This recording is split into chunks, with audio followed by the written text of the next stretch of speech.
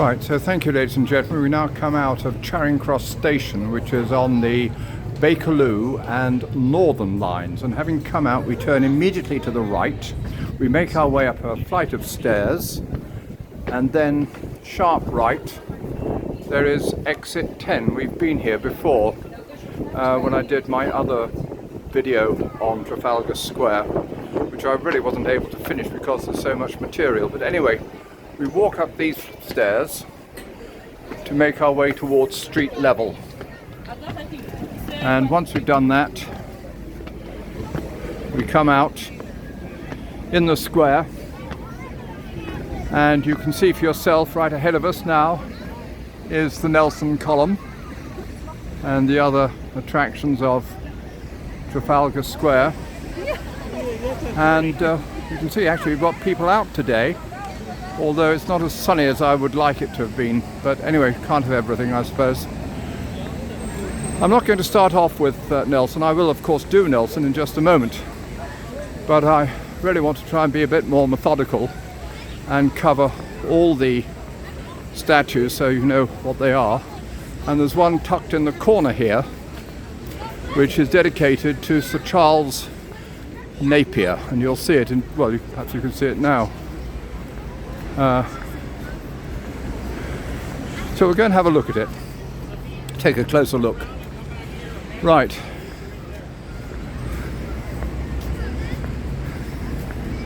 Just make our way through the crowds. It's actually, it's not so often you see people coming out here so often. It's Wednesday, it's the 19th of February. It was sunny a little while ago, but that sunshine has gone in. Sun has gone in. So,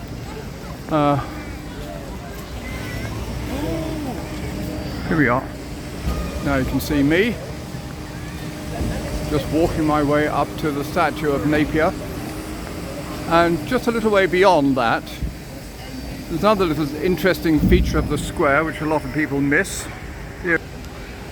It's this lantern, and many people believe mistakenly, it's not true, that it was a lantern that was used on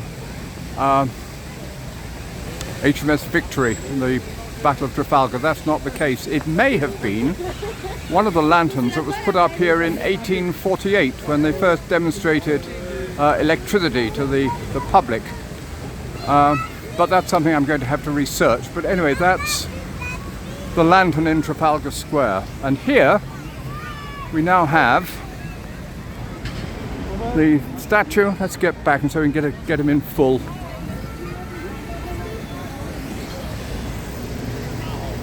Sir Charles Napier. Sir Charles Napier was born in 1782, and he died in 1853 according to the Roman numerals. And he was an Irishman. He served in the Peninsular War. That was the war that was fought in Spain by the British against Napoleon.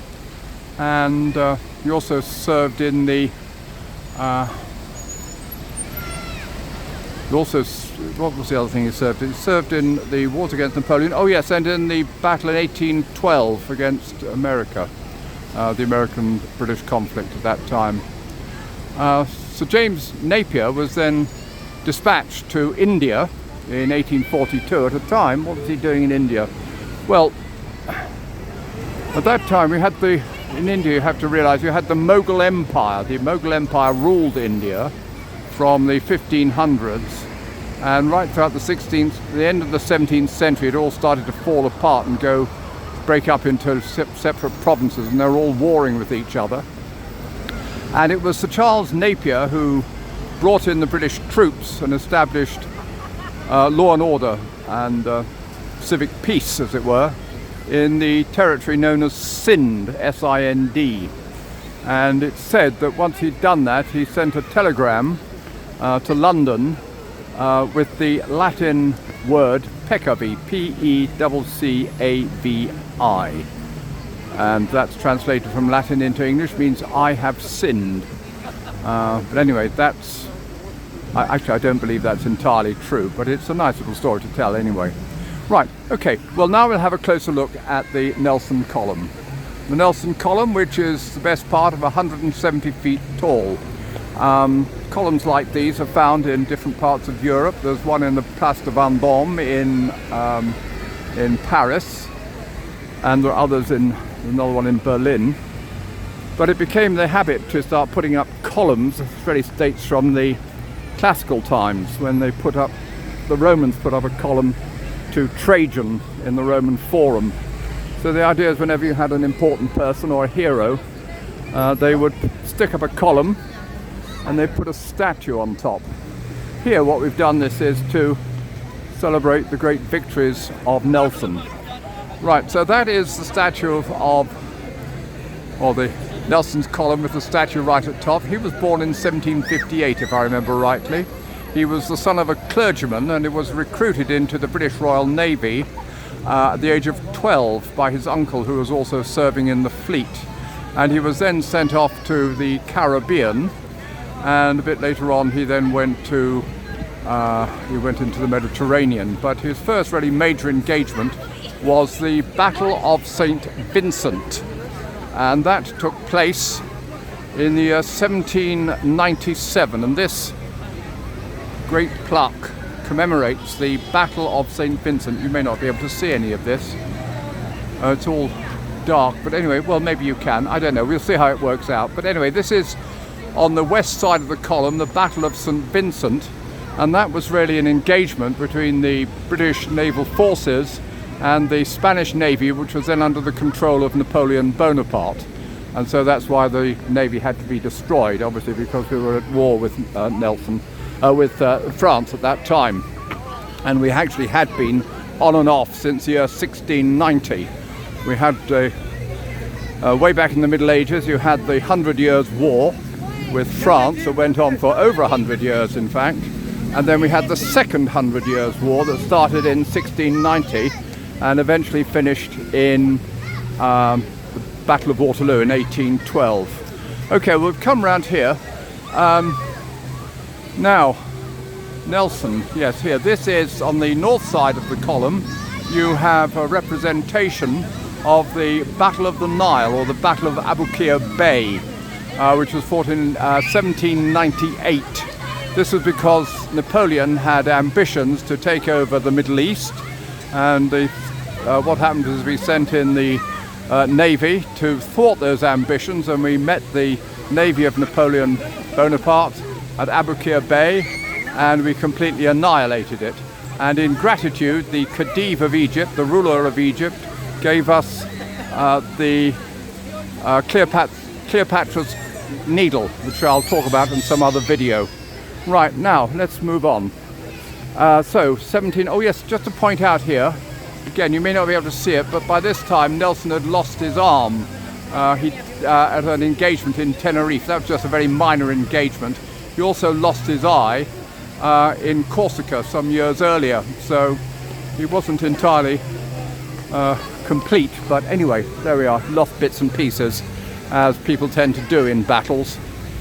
Right, so we have the Battle of the Nile, and now we have the Battle of Copenhagen, or should I say it's more accurate to call it the Bombardment of Copenhagen. Copenhagen is the capital of Denmark, was at that time as well, and Denmark tried to stay out of the conflict between other European nations and Napoleon, but anyway, Britain wasn't having that, and they tried to send in, or they did send in, Nelson to try and persuade the Danes to join them, but he just sailed in and blew Copenhagen to pieces. Well, not entirely to pieces, but he did a great deal of damage there, and we just have to remember that Nelson is not a hero all over the world, and not in Copenhagen either.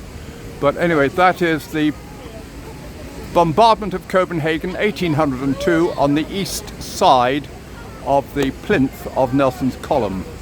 And now we'll go round to the south side and we'll see the final engagement, which was at Trafalgar in 1805. Let me just show that to you. As we make our way around here,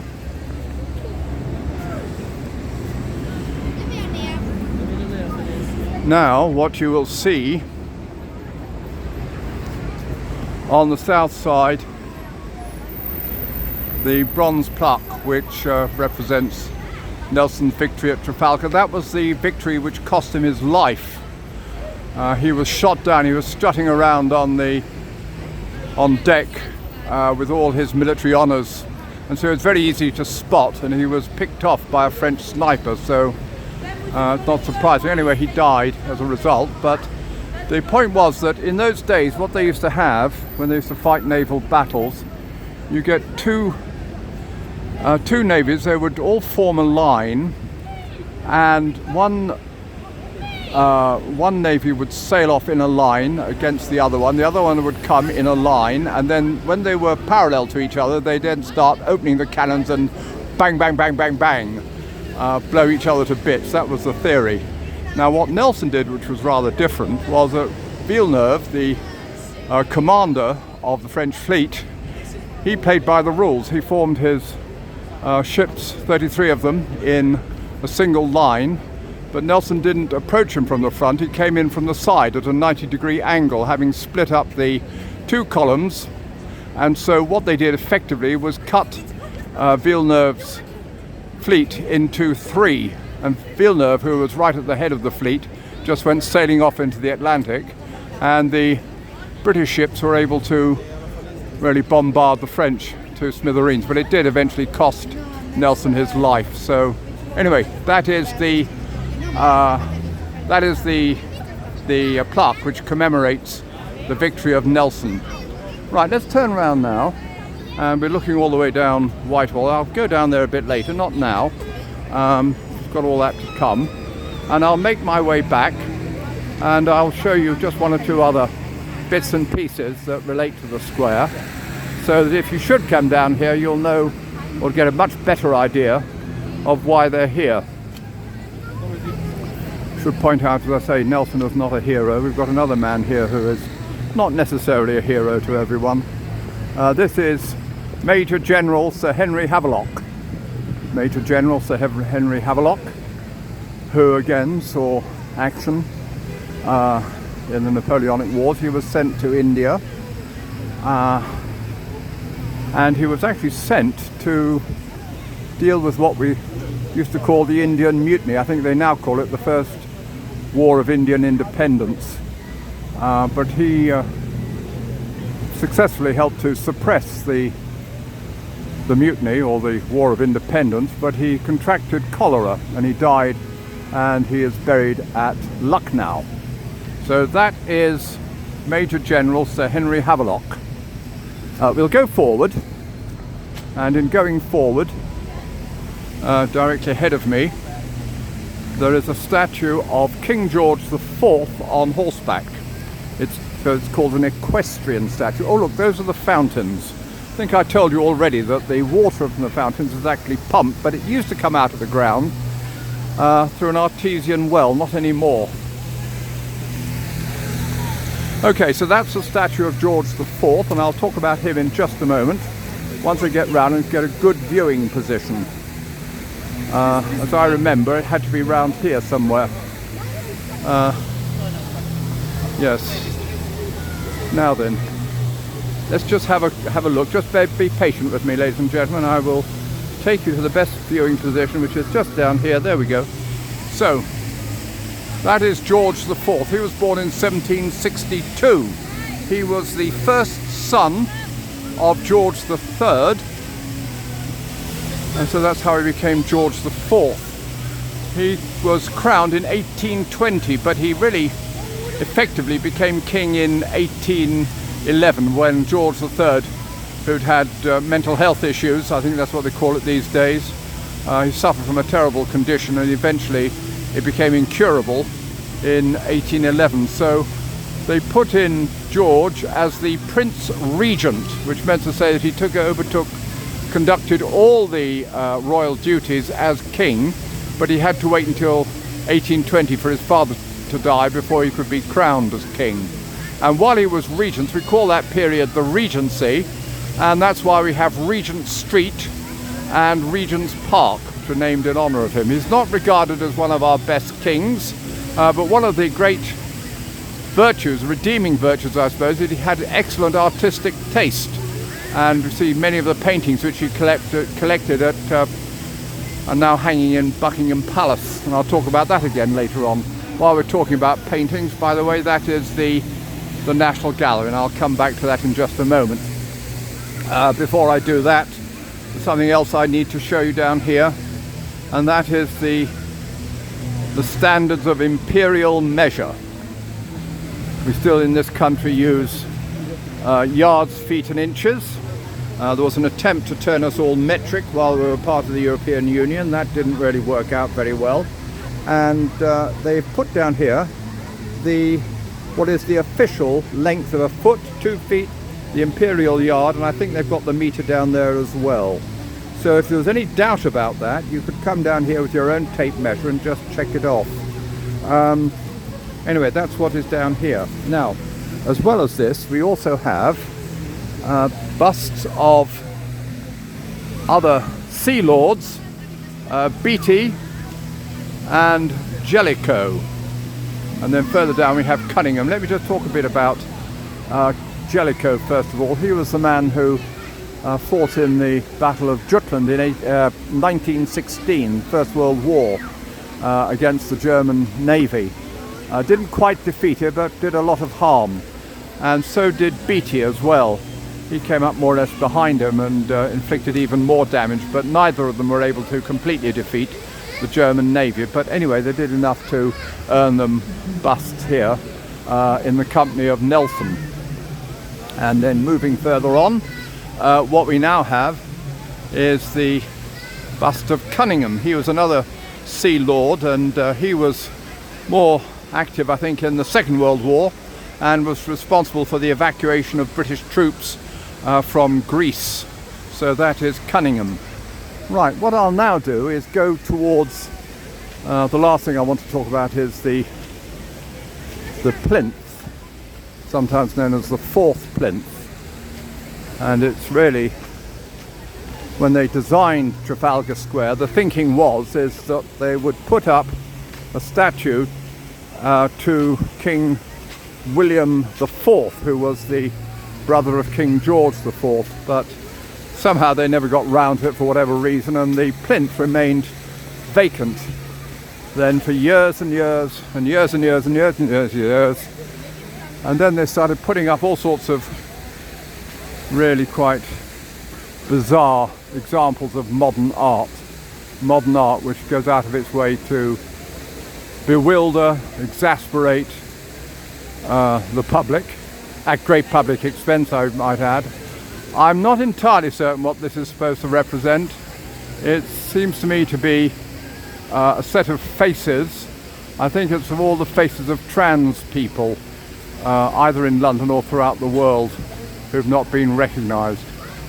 Even with respect to trans people, this is not something I'd want to have in my garden. I don't have a garden, but if I had a garden, I certainly wouldn't want something like that. I couldn't live with it. So anyway, they'll be taking it down, and no doubt they'll be putting something else up again. Okay, we'll have another last look. Just again, you can see the fountains, you can see the column, and you can see the tablets I was talking about. Oh, and you can also see the lions. Now, the lions were sculpted by a very distinguished Victorian, oh yes, I've got some, there we go. A very distinguished Victorian sculptor called Landseer, and he took ages and ages and ages to do it. And his problem was that he didn't have a model. He didn't really know what a lion looked like, so eventually they got him a dead lion in his studio, and he worked on that for a while. But like, you know, dead animals, bodies will tend to decompose after a while. And so by the time he came to do the feet of the lion, he had to copy the feet of cats. Anyway, that's one of those sort of curious little bits of useless information of which my brain is full. Anyway, so we've seen some modern art in Trafalgar Square. What I'm now going to do is give you a treat, and the next video, what I propose to do is take you up to the National Gallery and talk about the National Gallery. So, ladies and gentlemen, thank you very much for listening. If you've enjoyed this video, please like, subscribe and share, and enter any comments you may wish to make in the comments below. And I will see you very shortly, ladies and gentlemen. Thank you very much.